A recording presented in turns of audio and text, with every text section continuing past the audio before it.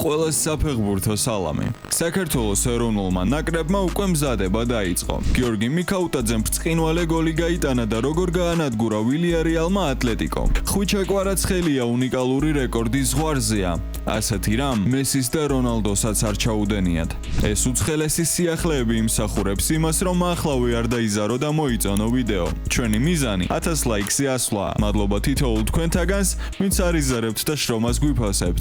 ახლა კი ფეხბურთს დაუბრუნდეთ. საქართველოს ფეხბურთელთა ნაკრებმა ივნისის ამხანაგური მატჩებისთვის მზადება დაიწყო. შეკრების პირველ დღეს მთავარი მწვრთნელი სვილის სანიოლის განკარგულებაში 16 ფეხბურთელი იყო.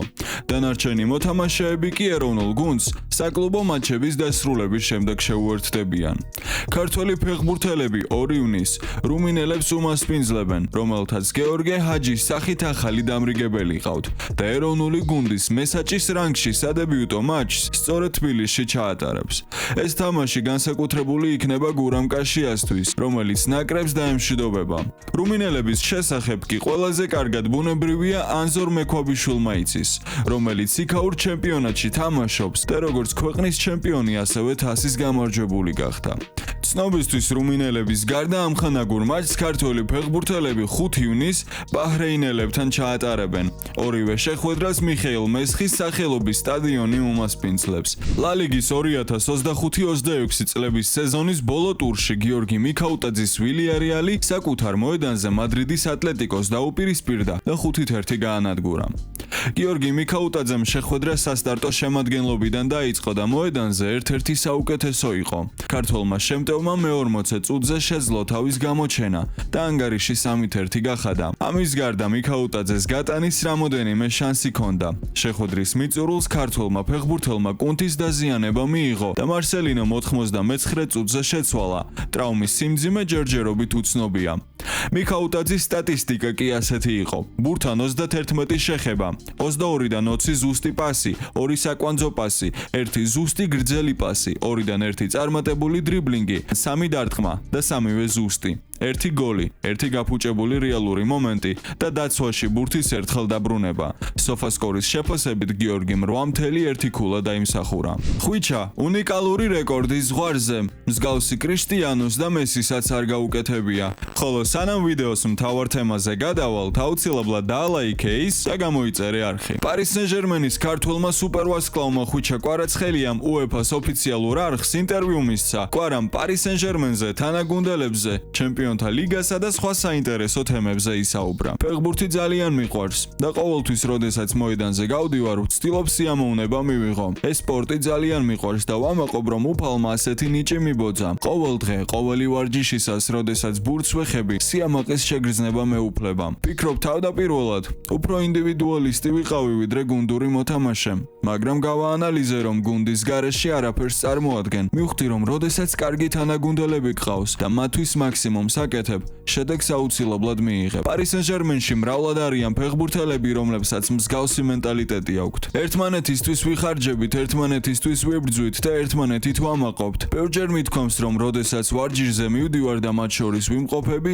ბედნიერი ვარ. ისინი ყოველთვის იცინიან და მათგან სულ პოზიტივი მოდის. ვამაყობ, რომ მყავს თანაგუნდელები, რომლებიც რაღაც მხრივ ქართველებს ძალიან გვანან. ბევრი ფეხბურთელი გყავს, რომელსაც შეუძლიათ მატჩის ბედი გადაწყვიტონ.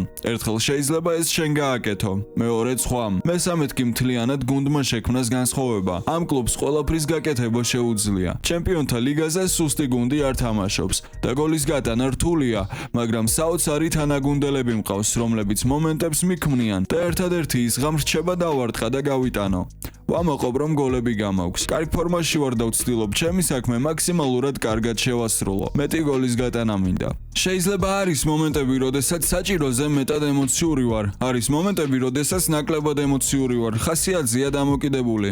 თავარია, რომ მოედანზე ყოველთვის მაქსიმუმს ვაკეთებ. ზოგჯერ ემოციებს ყვები, მაგრამ როდესაც გოლი გაგაქვს, ემოციის გამოხატვა საუკეთესო რამაა. ყოველთვის, როდესაც მოედანზე გავდივარ, მინდა ეს ემოცია ვიგრძნო. ყველა ტოპ ფეხბურთელის მთავარი მთავარი მიზანი ჩემპიონთა ლიგაზე თამაშია.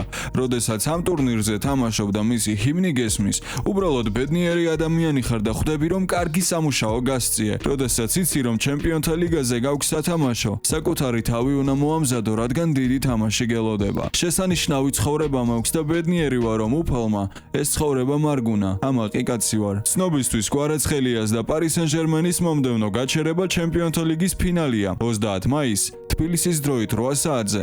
ფრანგები არსენალს დაუპირისპირდებიან. წარმატებები კვარას. ხვიჩა კვარაცხელიას ასპარეზობა წლევანდელ სეზონში უკვე ფეხბურთის არამხოლოდ ქართველ, არამედ არც ერთი ეროვნების გულშემატკივარს გულგრილს არტოვებს. ყველა თანხმდება იმაზე, რომ პარი სენ-ჟერმენის წარმატება ჩემპიონთა ლიგაში 25 წლის ქართველი ფეხბურთელის დამსახურებაა, რომელიც საფრანგეთის საუკეთესო კლუბის ისტორიაში ბევრი დასამახსოვრებელი ფაქტის გამო უკვე შევიდა. კვარაცხელია პირველი ფეხბურთელია ევროპის ყველაზე პრესტიჟული საკლუბო ტურნირის ისტორიაში, რომელმაც პლეი-ოფის ზედიზედ 7 შეხვედრაში შეასრულა საგოლე მოქმედება. ერთ სეზონში პარი სენ-ჟერმენის რიგებში 10 გოლი კი ხვიჩამდე აქამდე მხოლოდ ერთ ფეხბურთელს, ზლატან იბრაჰიმოვიჩს ჰქონდა გატანილი, რომელმაც ამის გაკეთება 2013-2014 წლების სეზონში შეძლო.